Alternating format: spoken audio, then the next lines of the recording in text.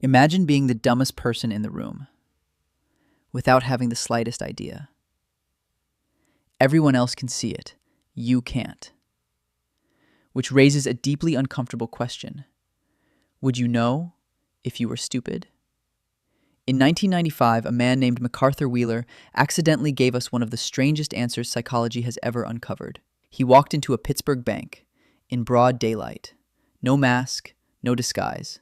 He looked directly into the security cameras, took the money, and calmly walked back out. A few hours later, the police arrested him. When detectives showed him the surveillance footage, he didn't look embarrassed. He didn't look guilty. He looked genuinely confused. Then he quietly said, "But I wore the juice." Think about that for a second. Not because it's funny, but because he genuinely believed it.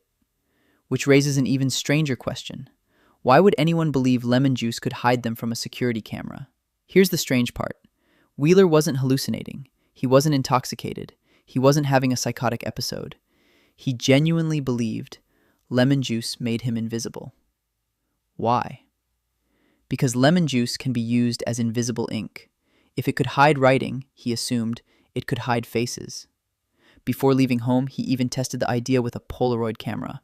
The photo didn't show his face. To him, that wasn't luck, it was proof. And that's the detail most people miss. Most people laugh when they hear this story. Maybe you did too. But that laugh is exactly what makes this story dangerous. Because from Wheeler's perspective, nothing about this felt ridiculous. Everything felt perfectly reasonable. Think about that.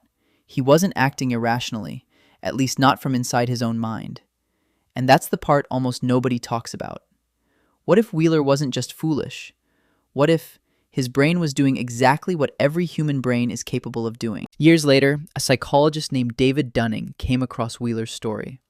And one question kept bothering him. How can someone be completely wrong without realizing they're wrong? So he decided to test it. Together with researcher Dunning-Kruger, he gave people a series of simple tests. Logic, grammar, reasoning. Then, after the tests were over, he asked everyone one more question. How well do you think you did? That's where things got interesting. The people who scored the lowest didn't think they had done badly. In fact, many believed they'd done better than average. But the highest scorers often did the opposite. They assumed they'd done about average. Why? Because the questions felt easy to them. So they assumed they must have felt easy for everyone else. That's when Dunning realized something surprising. The skills you need to become good at something are often the very same skills you need to recognize when you're not. And here's the part most people get wrong. The Dunning-Kruger effect isn't really about stupid people. It's about what happens when confidence quietly starts masquerading as competence.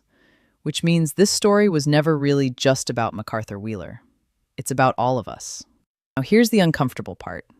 Your brain is probably thinking, that could never be me. But almost everyone thinks that. Let's try something. Think about one belief you've held for years. Don't say it, just keep it in your head. Now ask yourself one question. What evidence would actually make me change my mind? Take a second. If you honestly can't think of an answer, that's worth noticing. Because confidence feels powerful, but confidence isn't evidence. Have you ever looked back at something you believed 5 years ago and wondered, how did I ever think that? At the time, it felt completely obvious, just like your beliefs today probably do. That's what makes this so difficult. From the inside, being wrong doesn't feel wrong. It feels reasonable. Your brain quietly fills in the gaps until the answer feels obvious. That's why people rarely notice they're mistaken while it's happening. Most only see it after they've already changed, if they ever do. Imagine someone secretly swapping your glasses, not with blurry ones, with glasses that change reality, just a little. The strange part is, you'd never notice. Everything would still look normal. In fact, it would feel completely right. Everyone else could see the distortion. You couldn't, because you're looking through it. That's what a blind spot is. It doesn't feel like a mistake, it feels like common sense. Maybe that's why changing someone's mind is so difficult. Not because they're irrational, not because they're stubborn, but because, from where they're standing, their conclusion already feels obvious. And if we're honest, the same is probably true for us. Sometimes, the loudest person in the room isn't the one who knows the most. They're just the one who's the most certain. And those two things aren't always the same. So, would you know if you were stupid? Maybe not, because stupidity isn't always a lack of intelligence. Sometimes, it's the inability to recognize the limits of your own thinking. McArthur Wheeler believed lemon juice made him invisible. Most of us laugh at that story. But here's the frightening possibility. Somewhere in your own life, there's probably a belief that feels just as reasonable. An opinion you've never questioned. An assumption you've never tested. Not because you're careless, but because, to you, it simply feels true.